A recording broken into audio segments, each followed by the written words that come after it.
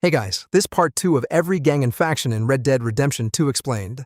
The Night Folk. Nobody can fully explain the Night Folk. The game doesn't try. They inhabit the swamp regions of Lemoyne, Bayou Noir, and Blue Water Marsh, and their presence transforms both areas after dark into something qualitatively different from what they are by day. Crossing those wetlands in daylight is unsettling. After dark, the territory belongs to something else entirely. The first evidence of them is usually the body, strung between trees, mutilated in configurations that feel deliberate rather than random. The violence has been displayed rather than merely committed. Then you notice the sounds. Clicking, hissing, nothing that makes language. And then the sounds stop, which is when you know they're close. The Night Folk don't speak. Their means of communication is nonverbal in a way that sets them categorically apart from every other faction in the game. Small in number compared to the Del Lobos or the O'Driscolls, but thorough within their territory. While they're occasionally active by day, their presence is predominantly nocturnal, turning Bayou Noir into a different kind of place when the light goes. The deliberate absence of any narrative explanation, no notes, no dialogue, no camp you can locate and clear, makes them genuinely unsettling in a way most game content isn't. The mystery isn't a design failure, it's the point. Subscribe if you haven't yet, because what's coming at the top of this list isn't just violent. It owns things. The Saint Denis Mob, the Bronte family. The Saint Denis Mob does something no other criminal faction in Red Dead Redemption 2 does. It purchases the law. Angelo Bronte's organization has bribed the Saint Denis Police Department so thoroughly that attacking his men in front of witnesses generates a wanted level. The city's law enforcement doesn't protect citizens from the mob. It protects the mob from the citizens. In a game full of dangerous factions, this represents a specific category of institutional power. Organized crime that has achieved legitimacy by buying it piece by piece until the corruption is load-bearing. The Bronte family runs the standard portfolio of operations: bribery, defrauding city officials, smuggling, racketeering. They operate with permanence and infrastructure in the largest city in the game, where the O'Driscolls can be dismantled once their leader is executed.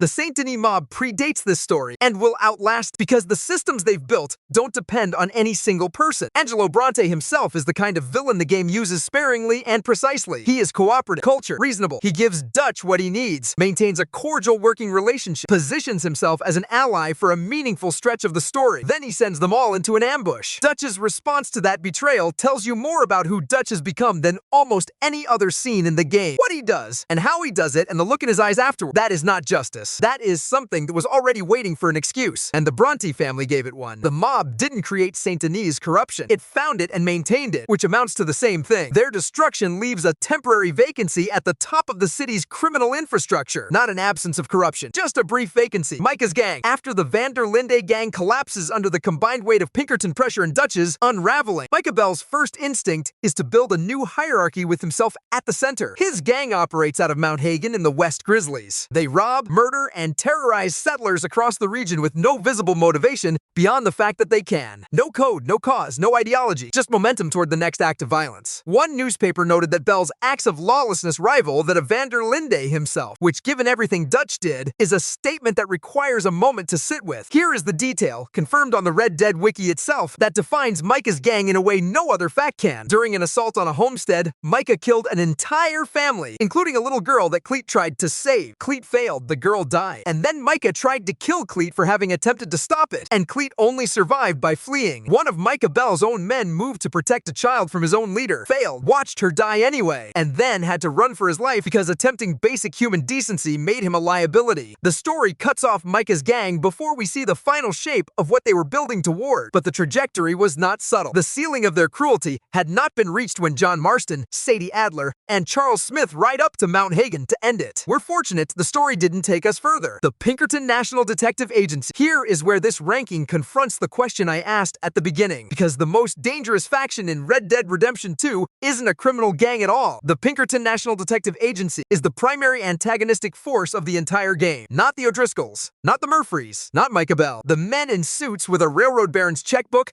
and federal authorization. The real Pinkerton National Detective Agency was founded by Alan Pinkerton in 1850. Private agents contracted by the U.S. government and private companies for security and detective work in the West, specifically for breaking up outlaw gangs. The Red Dead Redemption franchise has been consistently praised for historical accuracy, and the Pinkertons are one of the clearest examples of why that praise is warranted. In the game, the agency is funded by Leviticus Cornwall to hunt down the Van der Linde gang. Well organized, heavily armed, led by Agent Andrew Milton, a man who genuinely believes he is on the right side of history. That belief is what makes him more dangerous than any outlaw who knows he's wrong and does it anyway. Andrew Milton never doubts. He doesn't need to. The Pinkertons were present during the Blackwater boat robbery, where gang members Davy Calander and Jenny Kirk were likely killed in the initial confrontation. The agency subsequently locked down the entire city while searching for the stolen $150,000. They operate across state lines with resources no individual gang can match, with legal authority no outlaw can replicate, and with a client whose wealth ensures they don't stop. Then there is what happens outside the Lemoyne National Bank. Hosea Matthews, co-founder of the Vanderlinde Gang, Dutch's oldest friend, one of the most beloved characters in the story, taken hostage by Agent Milton to use as leverage, shot in the chest, point blank, once it becomes clear Hosea won't cooperate. The most devastating death in the game, delivered not by an outlaw with a grudge, but by a man with legal authorization and a job to do. In December 2018, the Real Pinkerton Consulting Investigations, now a subsidiary of security firm Securitas AB, sent a cease and desist letter to Rockstar Games and their parent company Take-Two Interactive. The agency claimed trademark violations and that the game would tarnish the reputation of their brand. They made clear they wanted a lump sum settlement. Take-Two filed a preemptive lawsuit in federal court in January 2019, arguing First Amendment protection for historically accurate creative work. Put simply, the complaint read, defendants cannot use trademark law to own the past and prevent creators from including historical references to Pinkerton agents in depictions of the American West. Pinkerton dropped their claims in March 2019. Sit with that for a moment. A real organization, still functioning today, over a century after these events, demanded money from a video game company for accurately depicting what the Pinkerton agency was. The lawsuit itself confirmed more about their reputation than any fictional portrayal ever could. The Wapiti Indians, the Gray and Braithwaite families, and the institutions of power. Before the final ranking, we need to address the factions that don't fit neatly into the criminal gang framework, because some of the most important conflicts in Red Dead Redemption 2 happened between people who were never outlaws. The Wapiti Indians, led by Chief Rains Fall and his son Eagle Flies, are not a criminal faction. They are a nation being systematically dispossessed, their land targeted by Leviticus Cornwall and the U.S. government, their treaty offering protection on paper and almost nothing in practice. Rains Fall signed that treaty under duress, moving his people to a reservation north of Fort Wallace in Ambarino. The land below them turned out to contain oil, and the moment it did, the government that wrote the treaty found reasons to ignore it. Arthur's relationship with Rains Fall is one of the most quietly devastating in the game. Rains Fall has spent his entire life trying to negotiate a path that preserves his people without asking them to die for it. Eagle Flies, younger and angrier, understands that negotiation has become the slower form of surrender. Both of them are right. The tragedy is that being right doesn't determine the outcome when the opposing force controls both the military and the law. The Gray family and the Braithwaite family are old Southern dynasties locked in a feud neither can fully remember starting. Both use the Vanderlinde gang as a weapon against the other. The Grays kill Sean McGuire in an ambush in Rhodes. The Braithwaites kidnap Jack Marston and sell him to Angelo Bronte. Both families betray Dutch. Both families are destroyed for it. Their connection to the Lemoyne Raiders. The Braithwaites dealing moonshine with the Confederate holdouts shows how institutional power and criminal violence operate in the same circles without ever becoming the same thing. The United States Army and the law enforcement agencies, the Marshals, the Blackwater and St. Denis police departments, are the closing mechanism. They are civilization arriving with authorization. The frontier doesn't disappear because outlaws are defeated in individual confrontations. It disappears because the institutions decide the frontier is incompatible with what comes next, and they send authorized men to close it down systematically. The distinction between those institutions and organized crime becomes harder to identify the closer you look at how they operate. If this kind of deep breakdown is what brought you here, subscribe and stay. There's a lot more RDR 2 left to cover, and every layer you pull back on this world reveals something the one above it was hiding. This is one of the most carefully built worlds in gaming history. It deserves the attention.